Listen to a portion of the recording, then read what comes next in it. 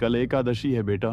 बाबा जी, आप रोज यही धमकी देते हो, कल एकादशी, कल एकादशी। पर मेरी एकादशी तो सिर्फ खाकर पूरी होती है। उपवास में खाने का क्या तुक? खाली पेट उपवास करने से आदमी भगवान के पास चला जाता है और पेट भर खाने से भगवान हमारे पास आते हैं।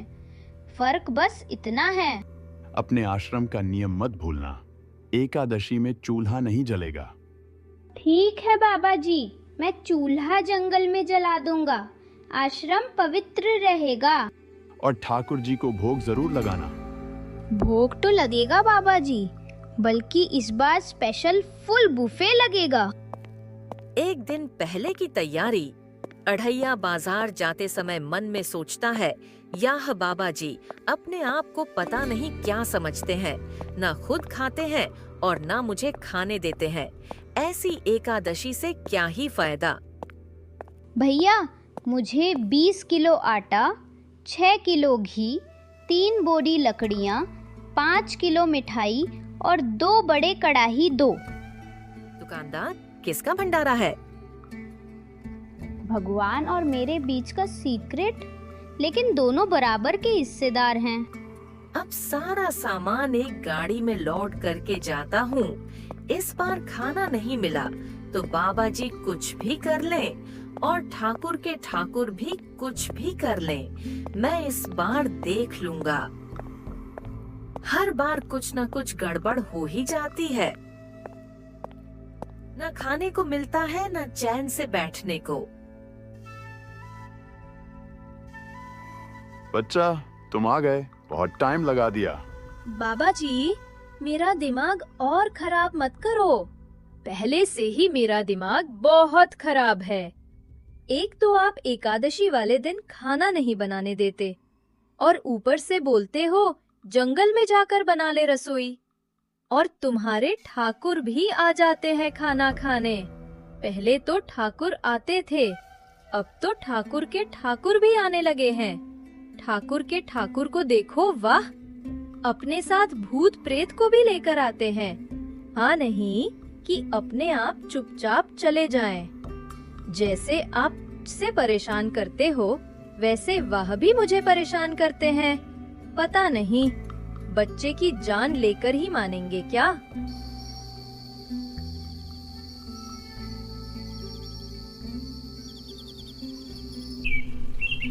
एकादशी वाला दिन।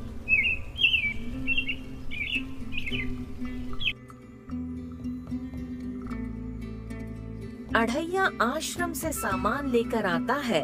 सामान को अपनी अपनी जगह पर रखकर अपना खाना बनाने का काम शुरू कर देता है।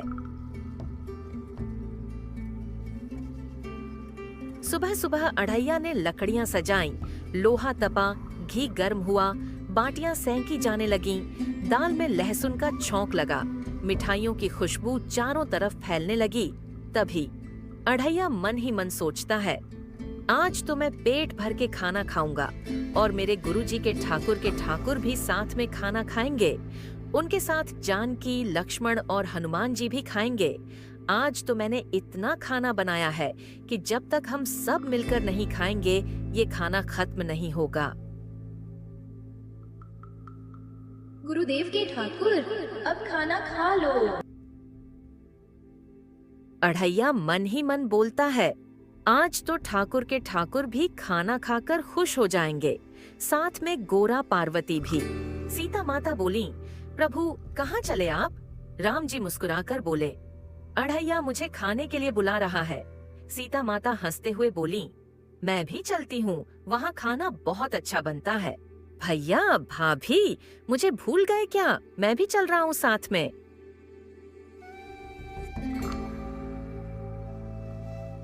प्रभु इस छोटे से सेवक को भी साथ ले चलिए, मैं भी थोड़ा सा कुछ खा लूंगा।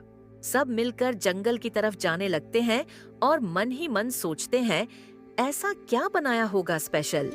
हर बार की तरह बाटी तो नहीं बनाई है, या इस बार कुछ और खास बनाया है। सोचते सोचते सब आगे बढ़ते जाते हैं। आओ ठाकुर जी, जानकी जी, लक्ष्मण जी और हनुमान जी, आओ ठाकुर, बैठने की जगह मैंने वीआईपी बनाई है। शिवजी पार्वती जी से बोले, आज अढ़ैया ने रसोई बनाई है। राम जी, सीता जी, हनुमान जी सब जा रहे हैं। तुम भी चलोगी क्या मेरे साथ? पार्वती जी, जी प्रभु चलूंगी।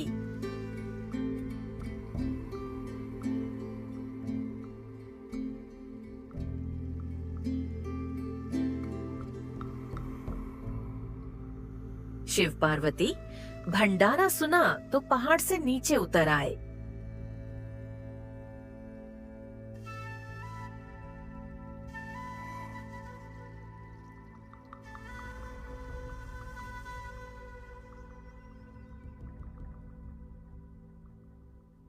ठाकुर जी, अब ये बच्चा कौन आ गया यहाँ पर?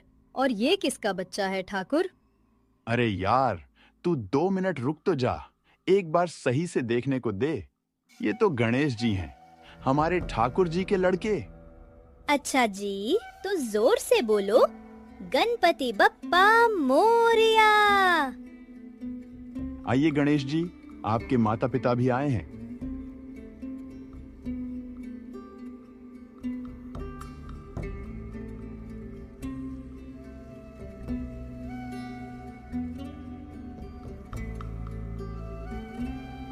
नारद, नारायण, मैं भी आ गया। ठाकुर, और ये कौन आ रहा है? सूखा सा इंसान लग रहा है। इसको भी आपने ही बुलाया है? पहले की तरह आप हर बार किसी न किसी को अपने साथ लेकर आते रहते हो ठाकुर। बोलो। यार अड़ैया, सच में मुझे कुछ नहीं पता कि ये सब क्या हो रहा है। इनको बुलाया किसने? मैंने नहीं बुलाया। मेरी बात को सच मान यार। ठाकुर, ये तो नारद जी है ना, जो इधर की बात उधर करते हैं, जो चुगली करने में एक नंबर है। अड़ैया यार चुप हो जा, मरवाएगा क्या? अढ़ैया और राम जी के बीच बहसबाजी हो रही थी कि पीछे से इंद्रदेव भी आ गए। इंद्रदेव को देखकर अढ़ैया मन ही मन सोचता है, अब कौन आ गए हैं बताओ ठाकुर? कोई नहीं अढ़ैया, 3 तो आए हैं, इतना तो खाना होगा ही ना। ठाकुर जी, मैं तो उन सब का नौकर हूँ ना, इससे अच्छा तो मैं एकादशी को उपवास रख लूं। उपवास रखने से कम मेरे गुरुदेव तो खुश रहेंगे और ना मुझे इतना कष्ट होगा। इंद्र, आज बारिश नहीं करूंगा क्योंकि यहाँ बाटी भीग जाएगी। इंद्रदेव, आप अपने आप को क्या समझते हो? जहाँ पर आप खड़े हो, या पता है ठाकुर के ठाकुर भी आए हुए हैं। बोलने से पहले थोड़ा सोच समझ लो। इंद्रदेव जी, आप आइए। अढ़ैया तो ऐसे ही बोलता रहता है और उसकी बात को ज्यादा सीरियस मत लो।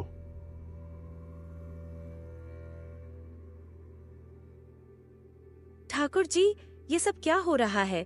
एक एक करके ये सब कौन आ रहे हैं? कुछ बताओ, ये हो क्या रहा है? किसने बुलाया है? मुझे तो लगता है ठाकुर आपने ही बुलाया है। बुलाया है तो बताओ, नहीं तो मैं आश्रम जा रहा हूँ। आप खा लो आराम से। अरे यार अढ़ैया, सच में मुझे कुछ नहीं पता। और जरा धीरे से बोल, नहीं तो ठाकुर जी आ जाएंगे। पीछे ही बैठे हैं, क्यों मेरी बेइज्जती करने में लगा हुआ है अढ़ैया? थोड़ी तो शर्म कर ले यार, मैं तेरे गुरुजी का ठाकुर हूँ, इतनी तो शर्म कर ले मेरे यार।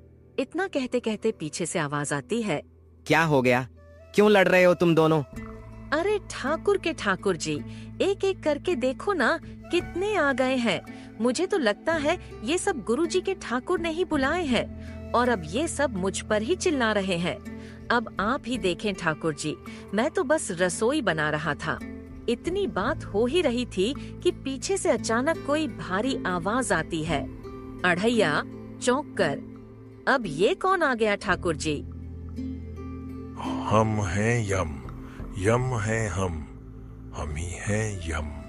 राम जी और शिव जी को मेरा प्रणाम। देवलोक तक खुशबू आ रही थी भंडारे की, तो मैंने सोचा मैं भी आकर खा लूं। राम जी, शिव जी, बताइए ना, मैंने आकर कोई गलती तो नहीं की? शिव जी आइए ना, यमराज जी आपसे बेर लेकर हमें स्वर्ग लोक में रहना है। कृपा करके आप जरूर आइए प्रभु। अरे ठाकुर के ठाकुर जी, ये तो पूरा देव संसद आ गई है। मेरा 20 किलो आटा तो पलक झपकते ही उड़ जाएगा। यार तू चुप हो जा, देख तो ले, सामने यमराज जी हैं, थोड़ी तो शर्म कर।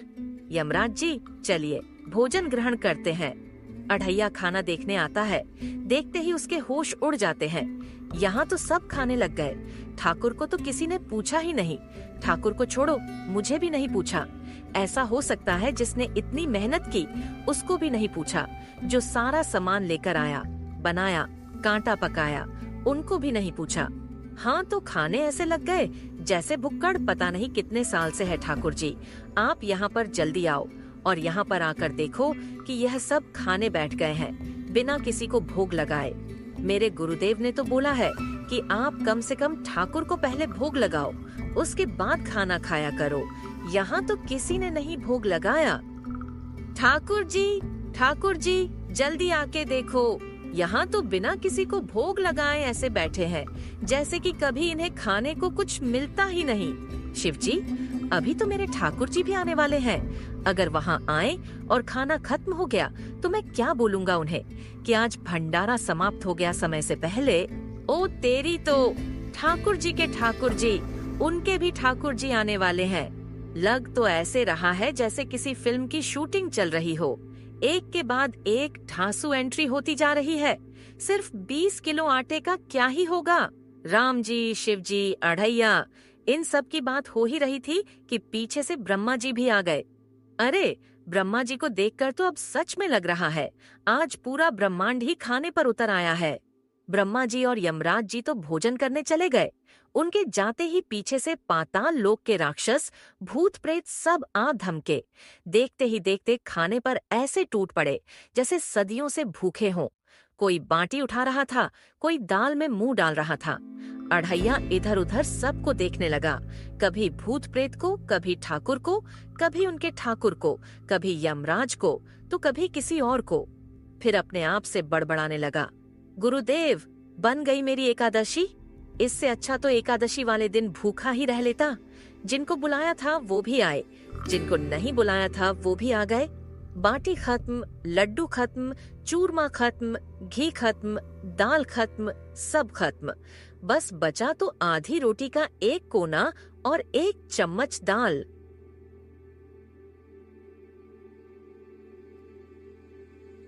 अढ़ैया, मेरे बच्चे, क्या हुआ? अढ़ैया, ये मुझ पर अनन्य भक्ति है या अनन्य भूख?